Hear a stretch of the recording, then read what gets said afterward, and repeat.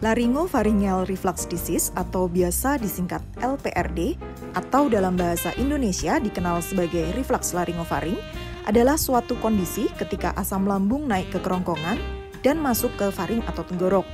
Gejala LPRD ini beraneka ragam dari yang ringan berupa rasa mengganjal di tenggorok, sering mendehem, batuk setelah makan atau berbaring, bahkan sampai gejala yang mengganggu kualitas hidup berupa suara serak sampai rasa tercekik.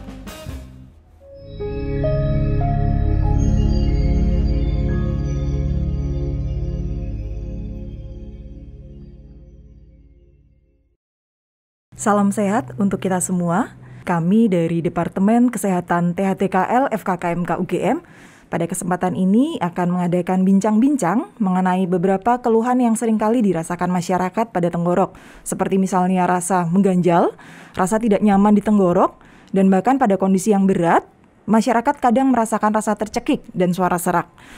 Bersama ini kami akan menanyakan mengenai masalah ketidaknyamanan pada tenggorok pada Dr. Agus Surono. Mungkin dari Dr. Agus Surono, untuk keluhan-keluhan seperti rasa tidak nyaman, rasa mengganjal, ini sebenarnya apa yang terjadi, dokter?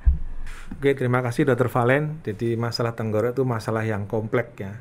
Sebelum kita melihat ke penyakitnya, kita harus melihat di tenggorok itu ada apa. Kita melihat dari depan, di situ ada gigi dan mulut dengan segala kompartemennya, ada lidah, kemudian ada pipi bagian dalam, kemudian kita ke belakang lagi, di situ ada tonsila palatina yang di masyarakat kita kenal sebagai amandel. Kemudian di belakang lagi ada dinding tenggorok, kita sebut dengan faring. Kalau dia ke atas berhadapan dengan hidung namanya nasofaring. Kemudian kalau dia berhadapan dengan rongga mulut namanya orofaring. Nah, ke bawah ada lagi kompartemen yang lain yang memberi kontribusi suatu proses peradangan di situ. Mulai dari pangkal lidah, di situ juga ada amandel-amandel kita sebagai bentuk pertahanan, yaitu kita sebut tonsila lingualis ya. Kemudian dinding tenggorok yang di bawah kita sebut dengan hipofaring. Nah, kita masuk ke box untuk bersuara yaitu namanya laring. Nah, setiap inflamasi yang ada di situ menyebabkan keluhan yang beragam. Yang kita perhatikan adalah masalahnya di mana. Apakah satu area ataukah multi area?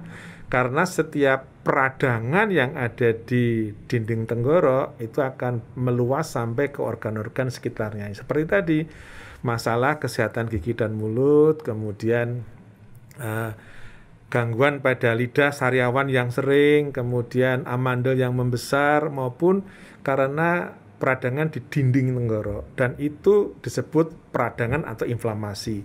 Tidak identik bahwa inflamasi pasti infeksi. Tapi salah satu faktor inflamasi adalah infeksi. Nah, ini ada kata kunci yang disampaikan Dr. Valen tadi adalah rasa tercekik, kemudian batuk lama yang tidak jelas, rasa mengganjal. Nah, kita mencoba pada diskusi ini adalah suatu proses akibat, bukan utama tapi akibat. Kita kenal dengan istilah di buku-buku luar negeri namanya LPRD ya, Laryngopharyngeal reflux disease. Kalau di bahasa Indonesia kan namanya menjadi reflux laring-faring atau RFL. Mungkin begitu Dr. Valen. Baik dok, ini ada kata-kata yang sedikit menggelitik dokter, reflux dokter. Nah, pada beberapa masyarakat mungkin agak sedikit kaget dok, karena mereka tidak merasa ada keluhan di lambung, jadi tidak ada masalah. Namun tiba-tiba ketika dikatakan sebagai suatu reflux, ini mereka jadi bertanya-tanya dokter. Mungkin bisa dijelaskan lebih lanjut dokter. Ya, kalau kita lihat reflux itu adalah arus balik ya. Jadi kalau kita menelan itu kan dari fase oral, kemudian fase faringeal, kemudian masuk ke esofagus ya, kata bidang kerongkongan, masuk lambung. Idealnya seperti itu. Tapi pada suatu saat ada proses reflux, arus balik yang dari lambung sudah bercampur dengan kompartemen yang diproduksi oleh lambung, baik itu asam, itu pepsin ya. Kemudian ada bentuk-bentuk yang non-acidic, produk dari empedu, itu dia akan balik, arus balik. Yang kita perhatikan adalah desain dari tenggorok kita ini, dari mulai dinding faring, laring, kemudian daerah lidah, itu tidak didesain untuk tahan asam. ya. Sehingga kalau ada arus balik yang keluar atau membalik ke daerah orofaring akan menyebabkan proses yang kita sebut dengan iritasi.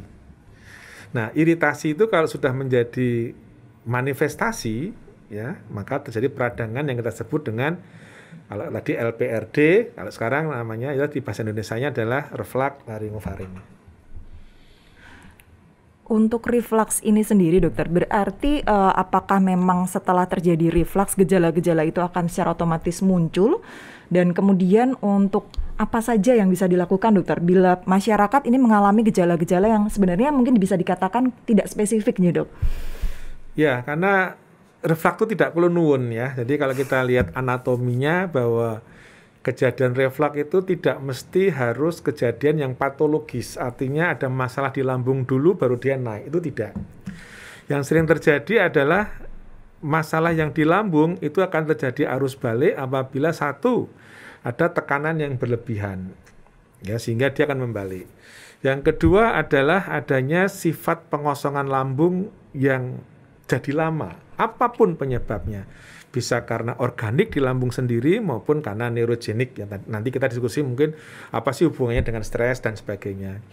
Yang ketiga adalah karena proses relaksasi dari esofagus. Yang kemudian yang berikutnya lagi adalah proses gangguan sphincter. Nanti kalau di kerongkongan itu kan kita punya sphincter nih.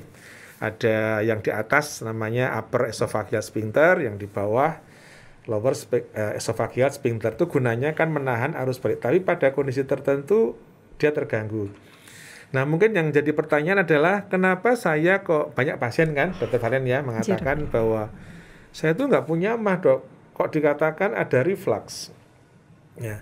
Yang jadi masalah manifestasi klinis yang ada di rongga tenggorok itu bukan proses yang mendadak sifatnya, tapi proses yang panjang.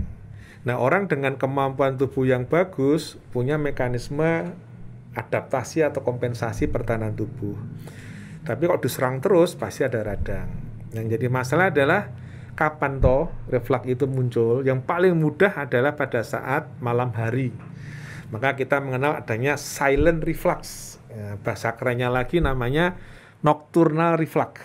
Jadi saat kita makan, asam lambung dan teman-temannya masih bekerja di situ, kita tidur, kemudian terjadi relaksasi di daerah esofagus, maka ada arus balik.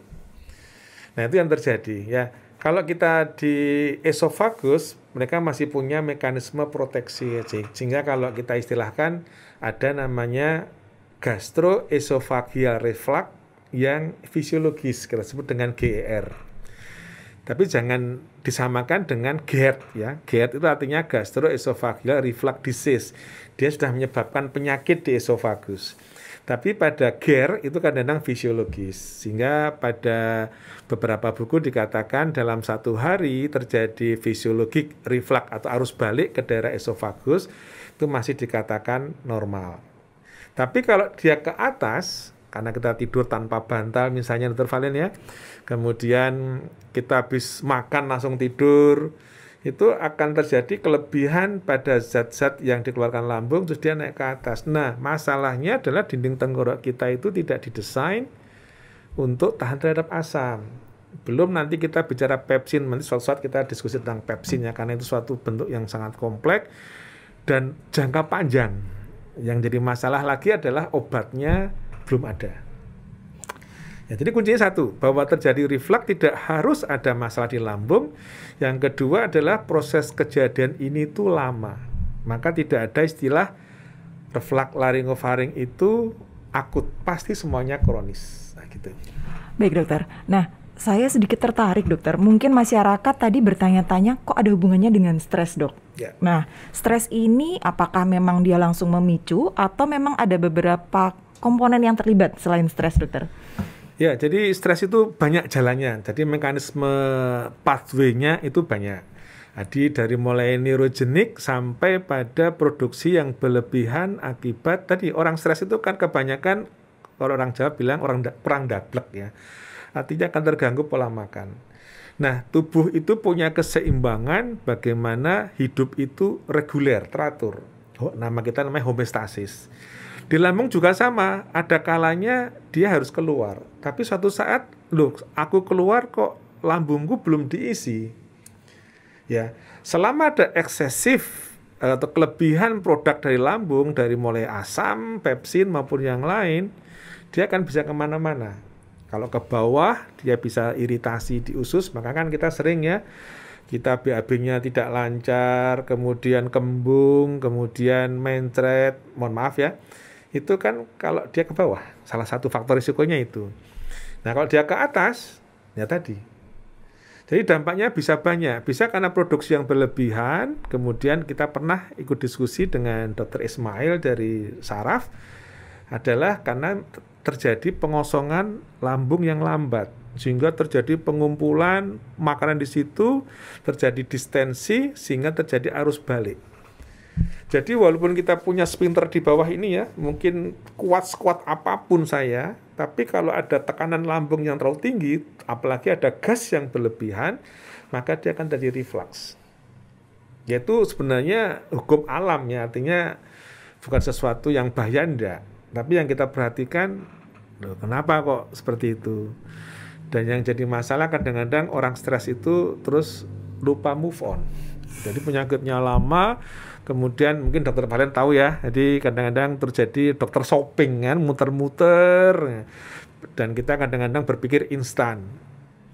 Kunci tadi adalah prosesnya panjang, pasti kronis. Ya, maka untuk mengembalikan juga perlu proses yang panjang. Tapi pasien pengennya instan. Nah, seperti itu. Jadi masalah itu yang harus dipahami oleh pasien. Ya tadi, nanti kita bicara tentang terapi, nanti ada kata kuncinya lagi, Dr. Valen. Baik, dokter. Nah, di sini berarti masyarakat harus memahami dulu, dok, bahwa proses ini panjang. Jadi untuk penata laksanaannya juga tidak bisa instan, dok.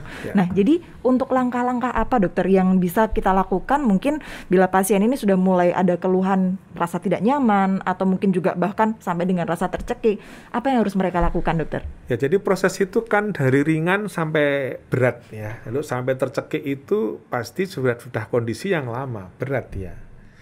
Nah, yang kita pertimbangkan satu adalah sebelum saya mendiagnosis LPRD atau reflux laring-faring adalah ada enggak faktor yang lain.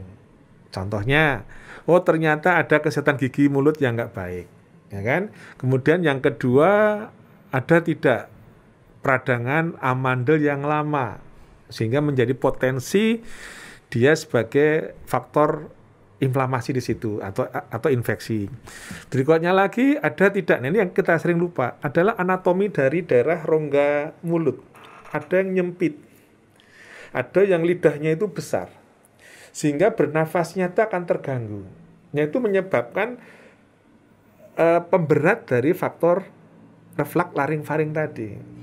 Jadi kalau kita ingin bicara laring-faring, kita pastikan dia sendirian sebagai akibat dari arus balik tadi, atau memang ada kontributor dari penyakit-penyakit di sekitarnya. Nah itu harus awareness. Nah itu yang pasien kadang-kadang ya, kita kalau pasien datang pertama kali harus jujur dulu pertama. Ya, jadi kadang-kadang kalau kita sudah paham itu, penampakan di awal itu kan kelihatan nih, wong stres ini. Tapi saya nggak boleh menanyakan Bapak Ibu stres ya, enggak. Tapi kita lacak dulu. Jadi manifestasi klinis yang muncul itu apa saja. Dan kita lihat, oh ternyata ada faktor-faktor yang lain. Oh saya juga ikut gangguan mendengkur, bahkan sampai henti nafas. Jadi kalau pengalaman saya sih kebanyakan kasus itu kompleks, ya tidak murni itu hanya reflux dari asam lambung ke tenggorok, ya. Tapi jangan nunggu asam lambungnya itu bermasalah di lambung. Nah kalau sudah bermasalah di lambung, wah itu udah parah, ngobatinya susah. Nah itu mungkin Dr. Valen. Nah, selain pengobatan secara medis, dokter, masyarakat ini kan beberapa kadang mungkin, aduh saya di rumah harus berbuat seperti apa, harus melakukan tindakan apa, atau mungkin diet yang harus saya atur seperti apa. Nah, mungkin Dr. Agus bisa menjelaskan. Ya, yang pertama kali kan tadi kita harus mengenali dulu masalahnya itu apa. Ya, apakah ada permasalahan di rongga mulut yang lain ada, atau kita murni karena reflux laring-faring. Ya, kalau itu reflux laring-faring, ya berarti kalau dalam textbook kunci utama adalah modified lifestyle. Jadi bagaimana kita meningkatkan imunitas kita supaya pertahanan diri kita baik. Pertahanan baik secara global, termasuk pertahanan yang ada di dinding atau di mukosa dinding faring. Jadi kan paling gampang kalau saya kuat, saya sakit cepat sembuh. Tapi kalau saya tidak kuat, saya sakit perlu waktu yang lama, kan gitu. Nah, itu dulu.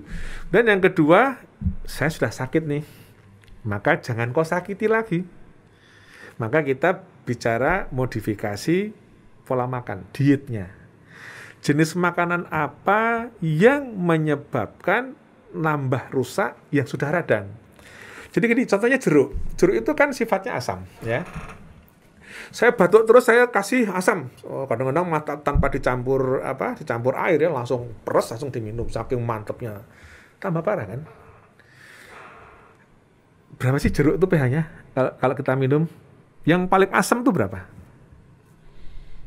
pH-nya kan kurang lebih sekitar 4-5 loh.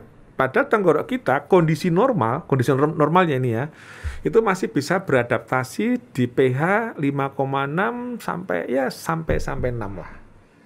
Tapi pada kondisi sakit, jangan nunggu pH 5,6 atau 6. pH 6 aja sudah membuat rusak dia. Makanya kita hindari adalah, ini sudah rusak nih, maka aku jangan merusak diriku sendiri. Ya kan? Maka makananku harus kita buat netral. Itu yang paling aman tuh harus pH netral makannya. Ya kan? Karena gini kan ada identik di masyarakat ya, Dr. Valen ya, kadang-kadang kalau kita batuk minum jeruk yang banyak, jeruk ya. Ada masalah lagi kadang-kadang pada orang-orang tua nih biasanya. Saya habis minum air panas itu kok seger. Nah, dalam kondisi normal aja sudah sakit, jangan dikasih yang panas, tambah sakit.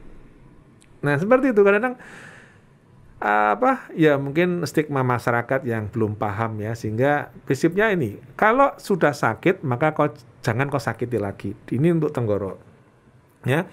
Kemudian bagaimana kita menjaga supaya asam lambung itu tidak berlebih. Nah, ini ada beberapa makanan yang merangsang ya kan, seperti kalau kita, mohon maaf ya, kalau kita dimasak rumah makan masakan Padang itu kan bumbunya sangat strong ya kan, pedas ya, kemudian ada buah-buahan seperti apokat ya, itu kadang-kadang merangsang, coklat, nah itu juga merangsang asam, dan kopi, teh ya. Artinya bukan tidak boleh, tapi kita mengendalikan.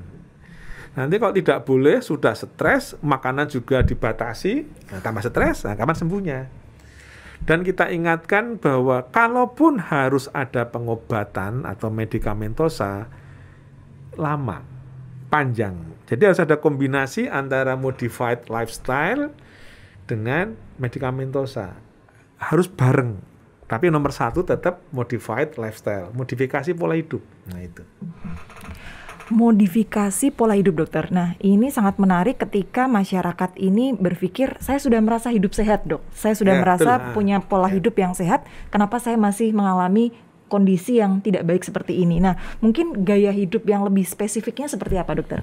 Ya, kadang-kadang kita terlalu banyak gaya jadi susah, ya kan? Ya, gaya hidup yang baik itu adalah, menurut saya baik, tapi belum tentu baik buat tubuh saya. Contohnya adalah gini, kalau ada gangguan pada pola produksi asam lambung dan teman-temannya, maka pola makan saya tidak bisa disamakan dengan pola makan orang lain. Ya, saya mungkin 3 kali cukup. Dia nggak bisa, harus 4-6 kali dengan jumlah yang sedikit. Kalau saya ada gangguan pengosongan lambung yang lambat, maka pola makan saya dirubah. Ya kan? Kalau saya ada masalah peradangan di tenggorok, maka pola makan saya jangan yang merangsang tenggorok. Sudah pasti dihindari. Goreng-gorengan dikurangi. Kalau mau yang goreng sendiri, terus minum yang banyak. Ya, yang lupa ada satu. Kalau kulit kita ini kering kan kita butuh pelembab ya. Nah, kalau tenggorok kita kering karena proses iritasi yang lama, dia juga butuh pelembab. Nah, kita kasih air. Itulah gunanya minum air. Maka ada beberapa buku yang mengatakan minum air yang ideal adalah 30-35 cc per kilogram berat badan kan. Kalau dalam tenggorok ya prinsipnya tadi untuk melembabkan. Catatannya apa? Suhu air yang sama dengan suhu tubuh saya. Maka nggak boleh dingin, nggak boleh panas. Itu kuncinya. Ya. Nah, selain terkait konsumsi, dokter, mungkin beberapa masyarakat apakah terkait pola tidur, kemudian terkait juga posisi saat tidur, kemudian jam saat makan, mungkin bagaimana, dokter? Ya, Ada lagi kita bicara tidur ya. Jadi kalau bisa itu saat tidur tuh posisi lambung itu sudah tidak ada sisa-sisa asam dan teman-teman yang berlebihan. Maka ada pola makan terakhir dengan tidur tuh jaraknya sekitar 2,5 sampai 3 jam. Dengan harapan kita tidur tuh sudah selesai permasalahan di lambung. Kemudian yang kedua ada posisi kepala lebih tinggi. Jadi gini, kalau kebetulan saya sedikit obes ya, sedikit aja lah, sedikit obes, kemudian saya tidur tanpa bantal, maka posisi lambung saya itu lebih tinggi, ya, maka kemungkinan dia silent reflux pasti ada. Nah, berarti kita posisi kepala lebih naik, ya, elevasinya sekitar 20-30 derajat lah. Kemudian kita tahu posisi lambung itu di kiri, ya kan? Maka kalau kita miring ke kiri, maka dia akan tertekan. Nah, pengalamannya adalah nanti akan kentut, terus perih. Nah, maka kita harus miring ke kanan. Nanti untuk menghindari tekanan yang ada di asam lambung. Tuh. Kemudian sehari-hari ya, ini yang kadang sering keliru ya. Kalau kita sudah punya perut yang penduler, mestinya ikat pinggang jangan terlalu kencang-kencang lah. Saya malah merekomendasikan menggunakan yang jumper itu ya.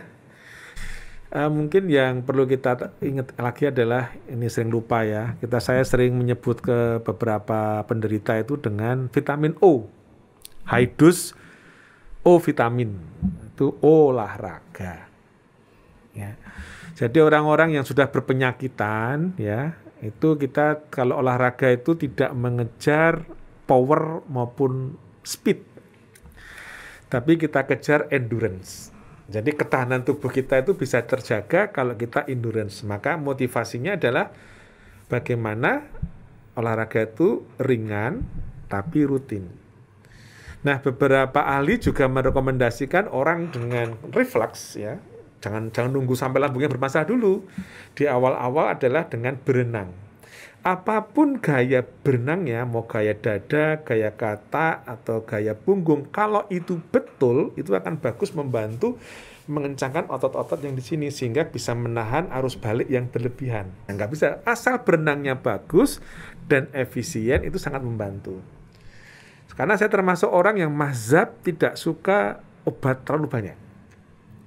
Kenapa? Ya tadi, kita tahu bahwa Tuhan itu sudah memberikan banyak hal dalam tubuh kita, dari proteksi awal sampai akhir, pertahanan di atas dan di bawah itu sudah komplit. Nah, itu yang kita bangkitkan. Nah, itu. Baik dokter, terima kasih sekali. Jadi sudah jelas di sini bahwa kondisi itu adalah sesuatu yang lama, dok. Ya, jadi panjang. Sesuatu yang panjang. Jadi tidak mungkin untuk mengembalikan ke kondisi normal membutuhkan waktu yang pendek. Ya, betul dokter. Nah, ini masyarakat mungkin mulai sedikit terbuka dan mulai banyak tahu bahwa kondisi ini adalah sesuatu yang kompleks, tidak hanya terjadi karena satu jalur saja, namun perlu dilihat apakah ada kemungkinan dari banyak faktor ya dok.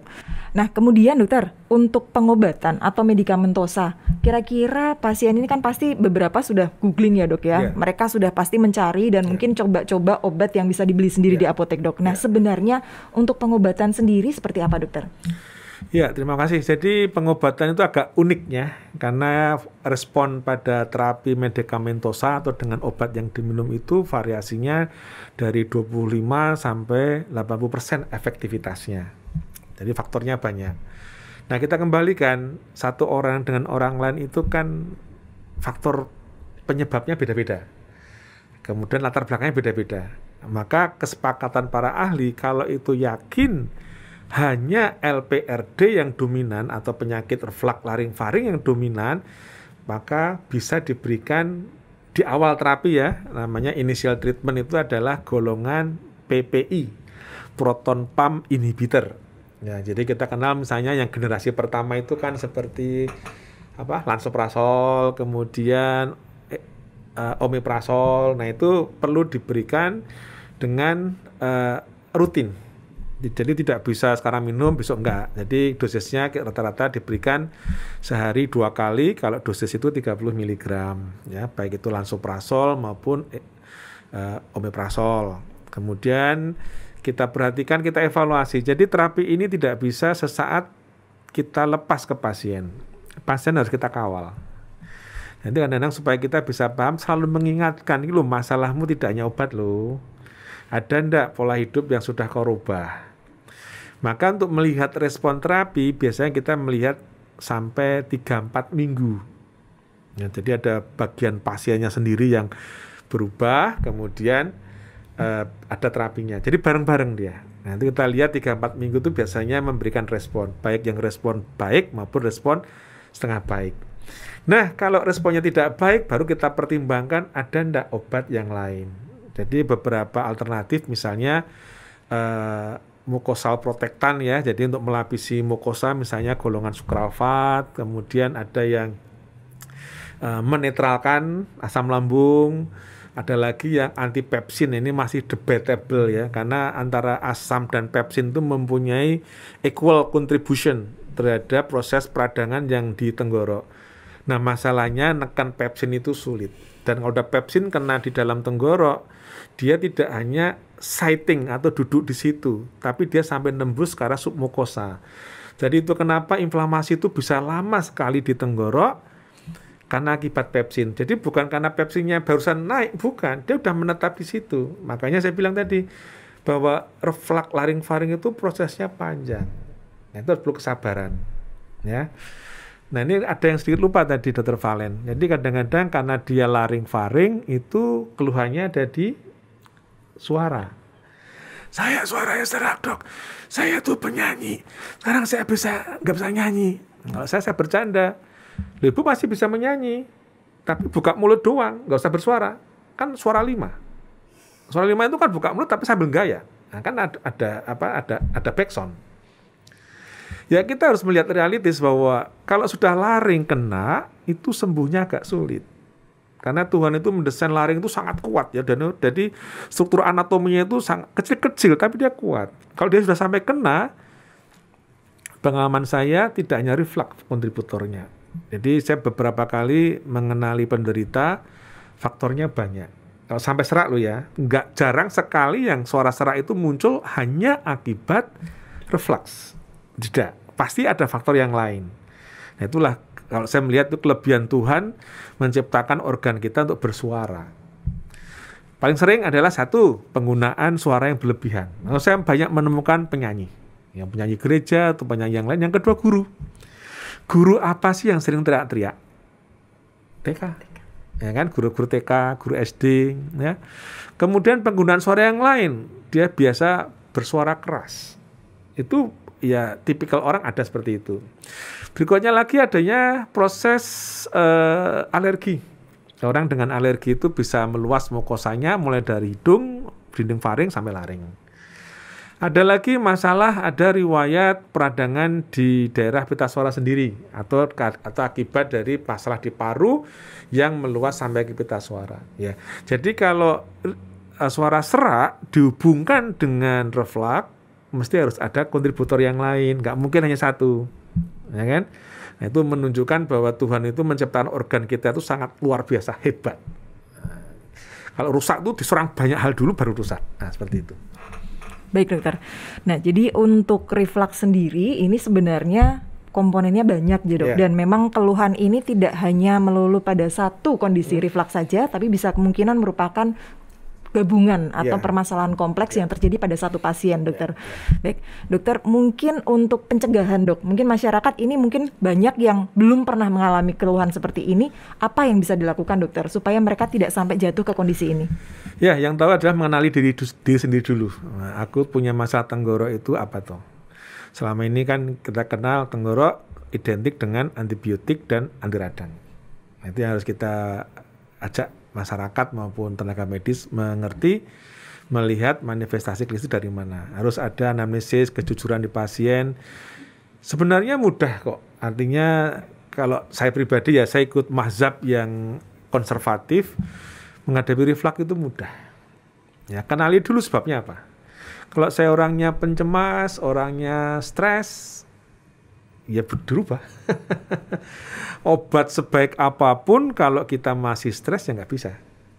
Pola makan saya bisa saya rubah enggak. Nah, yang paling sulit adalah kalau diikuti oleh variasi anatomi, yaitu rongga tenggorok itu sempit. tidak mesti amandelnya gede loh ya, tapi memang sempit. Jadi lidahnya itu besar, ya kan? Kemudian palatum mole, langit-langitnya itu turun ke bawah. Ya, kemudian lehernya pendek. Obese, besar. Nah, itu penyulit kadang-kadang dikasih obat apapun, pola hidup apapun tidak bisa. Solusinya apa? Mau diet nggak tubuhnya? Mau merubah bentuk tubuh enggak? Yang kedua kita pertimbangkan kalau saya operasi yang mana? Nah gitu. Baik dokter, terima kasih sekali atas penjelasannya dokter Agus. Jadi mungkin sedikit saya simpulkan dokter, pada kondisi yang memang sering kali menyerang daerah tenggorok, banyak sekali faktor yang terlibat. Jadi tidak mungkin hanya satu saja, jarang sekali dokter. Dan memang biasanya prosesnya lama, sehingga untuk penata laksanaan mengembalikan kembali ke kondisi yang normal, membutuhkan waktu yang lama juga. Nah mungkin sekian dokter, bincang-bincang mengenai kondisi di tenggorok, atau mungkin di sini adalah mengenai reflux laring-faring. Mungkin kita akan bertemu lagi dan kesempatan yang lain, tentunya dengan topik yang jauh lebih menarik ya dok. Terima kasih banyak Dr. Agus Surono atas segala penjelasannya. Sampai jumpa lagi di kesempatan yang lain dan salam sehat selalu.